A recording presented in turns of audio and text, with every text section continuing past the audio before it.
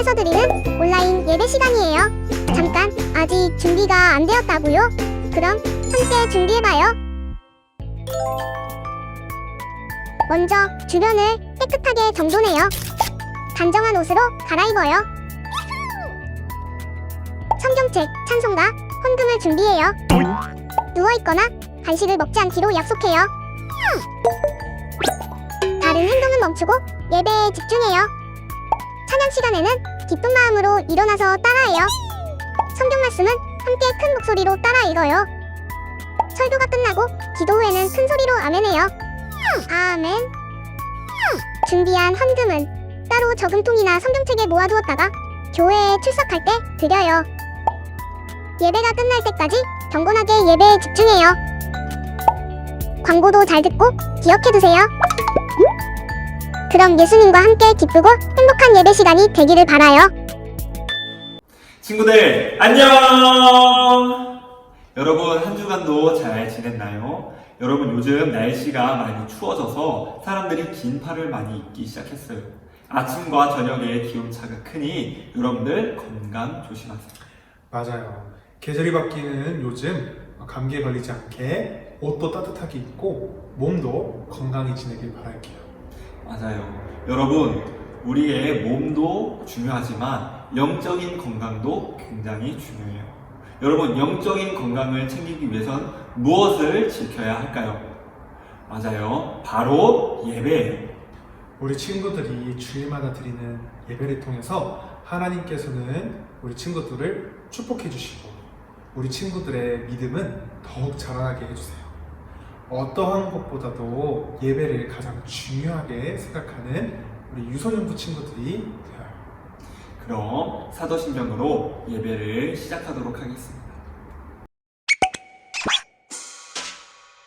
사도신경 우리의 신앙 고백 사도신경 우리의 신앙 고백 사도신경 우리의 신앙 고백 자 1, 2, 3, 4 전능하사 천지를 만드신 하나님 아버지를 내가 믿사오며 우리 주 예수 그리스도를 믿사오니 이는 성령으로 잉태하사 동정녀 마리아에게 나시고 본디로 빌라도에게 고난을 받으사 십자가에 못 박혀 죽으시고 장사한 지 사흘 만에 죽은 자 가운데서 다시 살아나시며 하늘에 오르사 전능하신 하나님 우편에 앉아 계시다가 저리로서 산자와 죽은 자를 심판하러 오시리라.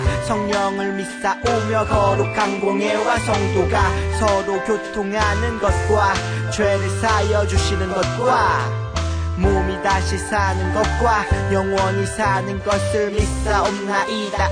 아멘. 아멘 믿사옵나이다. 아멘. 아멘 Say 믿사옵나이다. 아멘. 아멘 Say 믿사옵나이다. 아멘. 아멘 사도신경 우리의 신앙 고백 사도신경 우리의 신앙 고백 사도신경 우리의 신앙 고백 사도신경 우리의 신앙 고백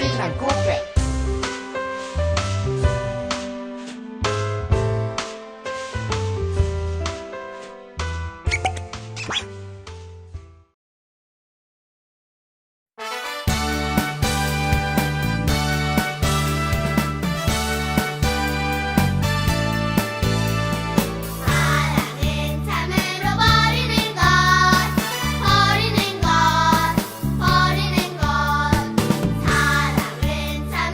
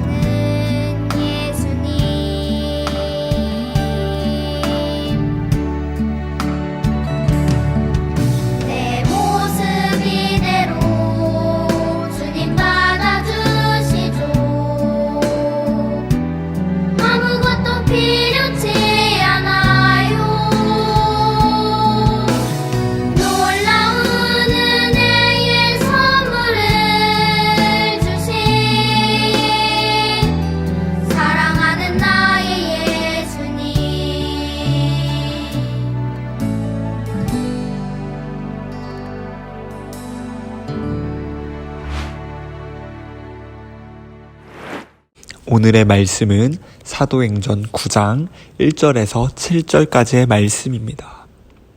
사도행전 9장 1절에서 7절까지의 말씀입니다. 제9장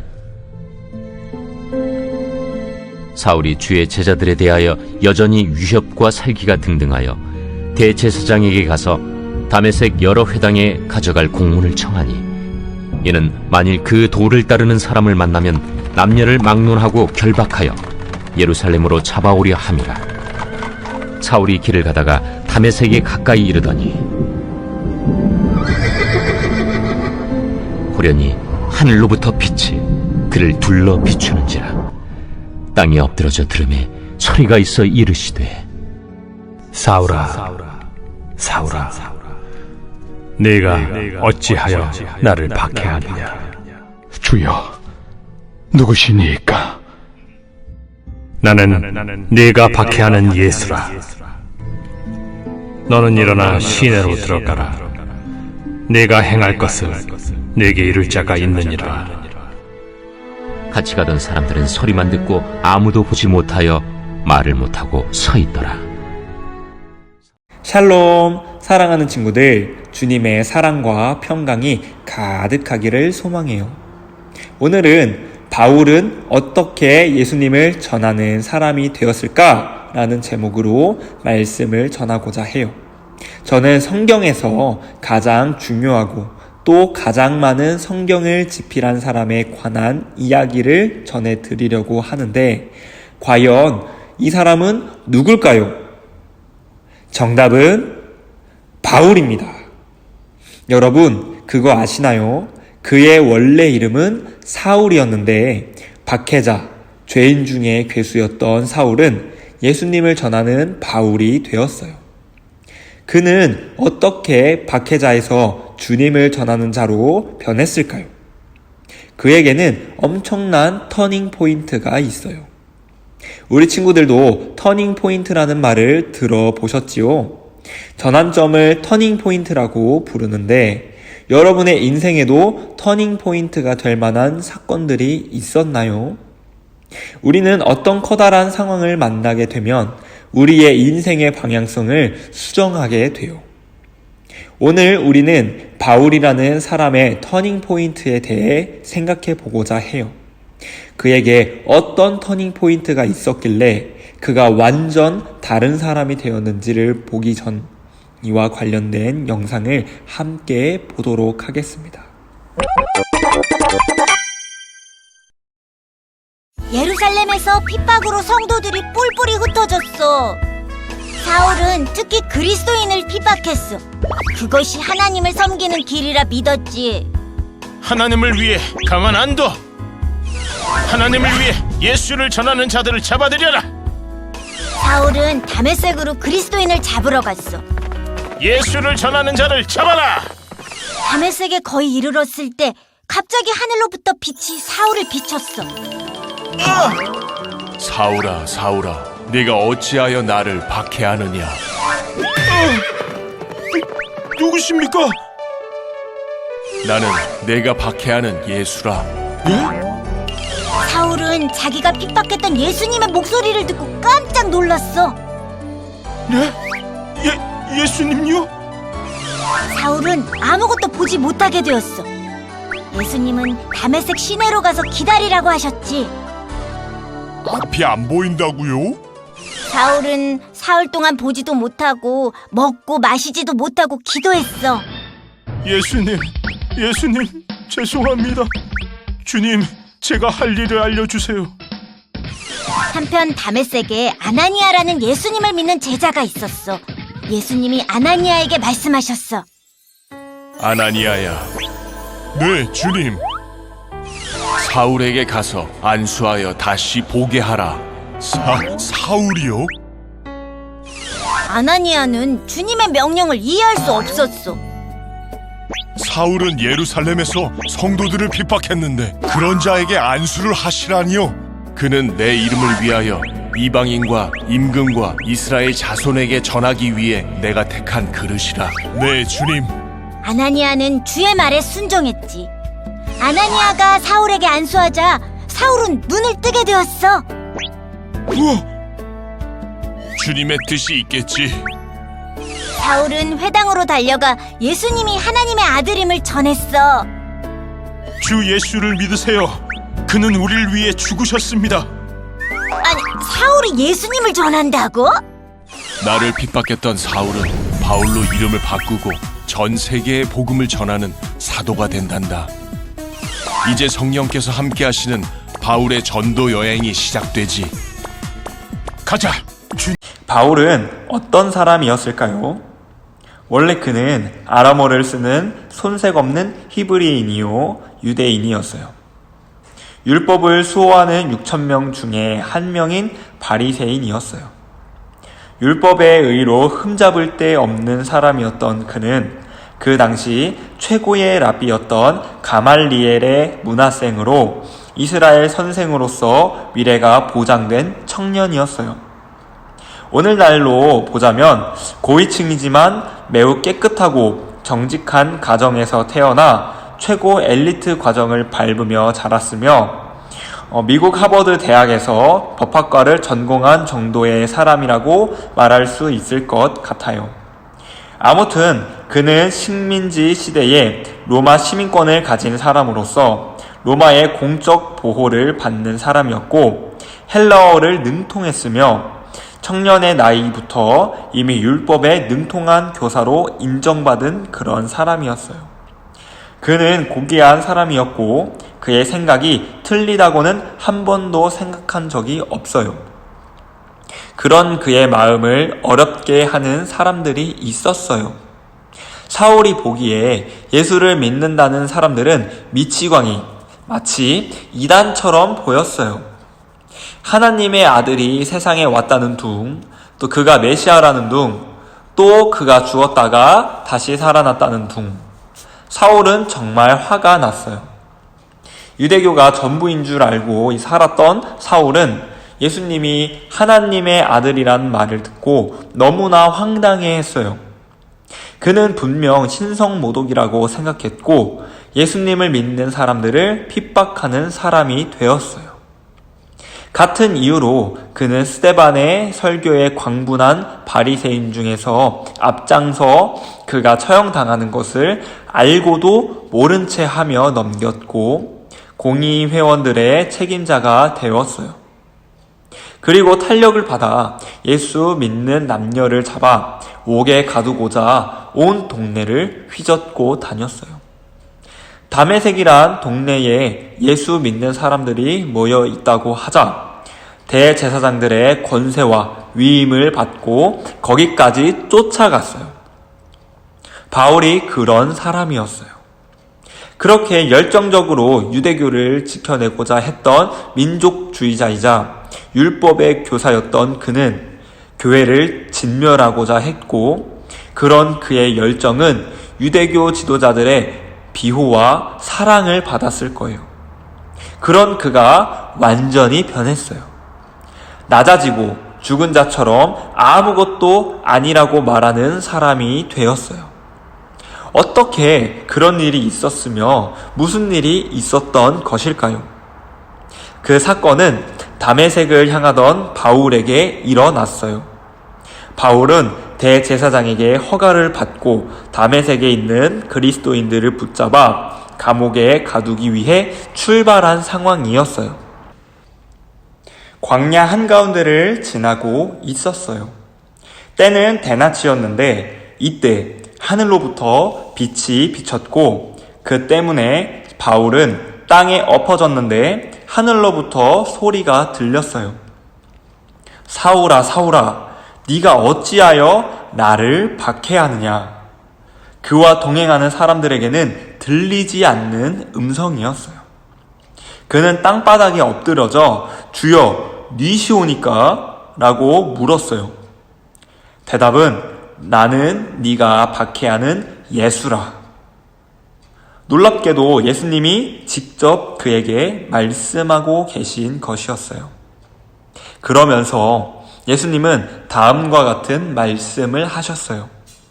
사도행전 26장 14절을 보면 우리가 다 땅에 엎드러짐에 내가 소리를 들으니 히브리 말로 이르되 사울아 사울아 네가 어찌하여 나를 박해하느냐. 가시체를 뒷발질하기가 내게 고생이니라.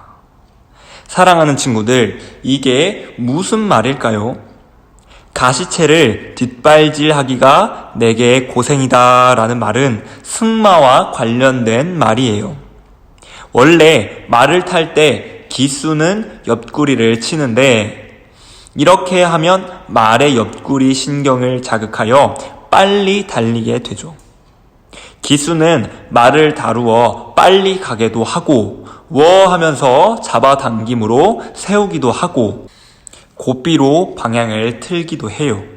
하지만 길들여지지 않는 말은 자기 등에 탄 기수를 떨어뜨리기 위해 뒷발을 들기도 해요. 하지만 주님께서는 이렇게 말씀하시는 것이었어요. 내가 주인이다. 그러니 가시 박힌 채찍을 뒷발질하는 것처럼 반항하면 너만 다칠 뿐이란다. 이렇게 말씀을 하셨는데 바울은 그동안 자기가 주인인 줄 알고 살았지만 예수님을 만나고 나니 이제 예수님이 주인이신 것을 알게 되었어요. 바울은 땅에 엎어짐과 동시에 비늘 같은 게 덮여 눈이 멀게 되고 말아요. 그리고 예수님은 그에게 이렇게 말씀하셨어요. 사도행전 9장 6절을 보면 너는 일어나 시내로 들어가라. 네가 행할 것을 내게 이를 자가 있느니라 하시니. 예수님이 말씀하신 대로 그는 동행인의 손에 이끌리어 다메섹 성으로 들어갔어요. 그리고 거기서 사흘 동안 음식을 먹지 않았어요. 무슨 일이 일어났는가? 그분이 정말 계신단 말인가? 난 지금까지 무엇을 했단 말인가? 내가 추구해온 것은 무엇이란 말인가? 아마 5만 가지 생각 가운데 그가 있었을 거예요. 이제 다메섹에 들어가 한 여관에 머물게 된 바울은 밥도 먹지 못하고 눈이 보이지 않은 채로 기도하고 있었어요. 그때 예수님께서는 다메섹에 아나니아라는 제자를 부르셨어요. 아나니아는 주님의 명령에 따라 좁은 다메섹 거리를 달려갔어요. 그는 다메섹의 집가라는 거리로 가서 사울을 찾아 안수해야만 하는 것이 하나님께서 주신 미션이었어요. 사실 사울이 다메섹으로 온다는 소식에 믿는 사람들은 모두 은신처로 숨은 상태였고, 그런 상황에서 하나님께서 환상 가운데 이런 말씀을 하셨어요. 일어나 집가라 하는 거리로 가서 유다의 집에서 5 사람 사울이라는 사람을 찾으라. 그가 기도하는 중이니라. 그가 아나니아라는 사람이 들어와서 자기에게 안수하여 다시 보게 하는 것을 보았느니라. 아나니아는 너무나 이해가 안 되어 하나님께 도리어 이렇게 말을 했어요. 주님, 제가 여러 사람들에게 들었는데 그가 예루살렘에서 주의 성도에게 적지 않은 해를 끼쳤다고 합니다. 얼마나 완곡하게 하나님을 설득하고 있는지 모릅니다. 자, 여러 사람의 증인 그리고 적지 않은 해를 끼친 사실을 말씀드리며 주님께 말하고 있었던 아나니아의 모습을 볼 수 있었습니다. 그러면서 한마디를 덧붙입니다. 여기서도 주의 이름을 부르는 모든 사람을 결박할 권한을 대제사장들에게서 받았나이다. 하지만 하나님께서는 단호하게 말씀하셨어요. 안다. 그러나 가라. 이 사람은 내 이름을 이방인과 임금들과 이스라엘 자손들에게 전하기 위해 택한 나의 그릇이다. 그리고는 이렇게 덧붙이셨어요. 그가 내 이름을 위하여 얼마나 고난을 받아야 할 것을 내가 그에게 보이리라. 아나니아는 결국 하나님의 말씀에 순종하여 집가에 있는 한 여관으로 들어갔어요. 그리고 바울을 보았어요. 바울은 사흘이나 먹지도 자지도 못하고 기도하고 있었어요. 눈에는 딱딱한 막이 씌워져 있어서 볼 수도 없었어요. 사울은 기세가 등등하여 교회를 심히 박해하여 멸하고자 했던 사람이었고, 예루살렘에서도 멀리 떨어져 있는 다메섹의 성도들을 잡아 가두기 위해 자원해서 온 열심히 하는 사람이었지만, 예수님을 만나고 난 뒤 그는 비로소 영적인 눈이 떠졌어요. 그리고 육신의 눈은 멀었지만 예수님을 볼 수 있게 되었어요. 아나니아는 사울을 바라보았어요. 그리고 순종을 결심했어요. 형제 사울아, 그가 이렇게 부르더니 이렇게 전했어요. 형제 사울아, 주 곧 네가 오는 길에서 나타나셨던 예수께서 나를 보내어 너로 다시 보게 하시고 성령으로 충만하게 하신다 하니. 아마도 사울은 이 말을 듣고 울기 시작했을 거예요. 회개와 감사와 눈물이었을 수도 있고, 이때 성령께서 그를 충만하게 하셨을 수도 있어요. 비늘 모양의 막이 흐물흐물해지며 떨어져 나가고 볼 수 있게 되었어요. 사울은 아나니아를 통해 예수님의 뜻과 비전을 듣게 되었어요. 그리고 그의 안수 기도를 통해 치료를 받았어요. 무엇보다도 그는 그에게 세례를 받았어요. 아나니아의 방문으로 바울은 이제 모든 것이 분명해졌어요. 안개같이 희미했던 그의 마음은 그의 눈과 함께 밝아졌고 모든 것이 명백해졌어요. 예수님이 정말 계시다는 것, 그리고 그분이 정말 부활하셨다는 것, 그분이 바로 메시아라는 것, 그리고 자기 같은 사람을 택하셨다는 것. 바울은 이제 부활하신 주님을 전하는 삶을 살게 되었어요. 주님을 만난 사람이 안 변할 수 있을까요? 절대 그럴 수 없을 거예요. Born again, 즉 바울이 경험한 것은 바로 거듭남이었어요. 만남이 없다면 그냥 교회 다니는 사람일 거예요. 종교란에 기독교라고 적을 수 있지만 정작 매일매일 견디는 신앙생활을 할 뿐일 거예요. 그래서 우리 주님과의 만남은 너무나도 중요해요. 그리고 만약 만났다면 어떻게 해야 될까요? 변해야 돼요. 정말 예수 그리스도를 만났다면 과거의 나는 버려야 해요. 이제 바울은 과거의 자신을 버리고 그리스도를 증거하는 삶을 살아가는 소명받은 그리스도인이 되었어요. 그는 몇 년에 걸친 훈련과 경건 생활 끝에 안디옥 교회의 지도자가 되었고, 이후 4번의 전도 여행을 통해 수많은 교회를 세웠으며, 그가 자신이 세운 교회들에 썼던 편지들은 이후 신약 성서 27권 중 12권의 책이 되었어요. 그가 자신에게 주신 소명을 모두 마쳤을까요? 바울은 그렇게 했어요. 그는 복음을 전하며 내내 주님이 자신을 변화시켜 주셨음을 증거했어요. 우리에게도 이렇듯 주님을 향해 완전히 변화되는 삶이 있기를 소망하며 축복하며 기도로 말씀을 마치겠습니다. 기도하겠습니다. 사랑과 은혜가 풍성하신 하나님, 오늘 바울은 어떻게 예수님을 전하는 사람이 되었을까라는 제목으로 말씀을 나눴습니다. 주님, 사울의 모습으로 살아가는 것이 아닌 바울과 같은 변화된 삶으로 주님과 함께 살아가기를 원합니다.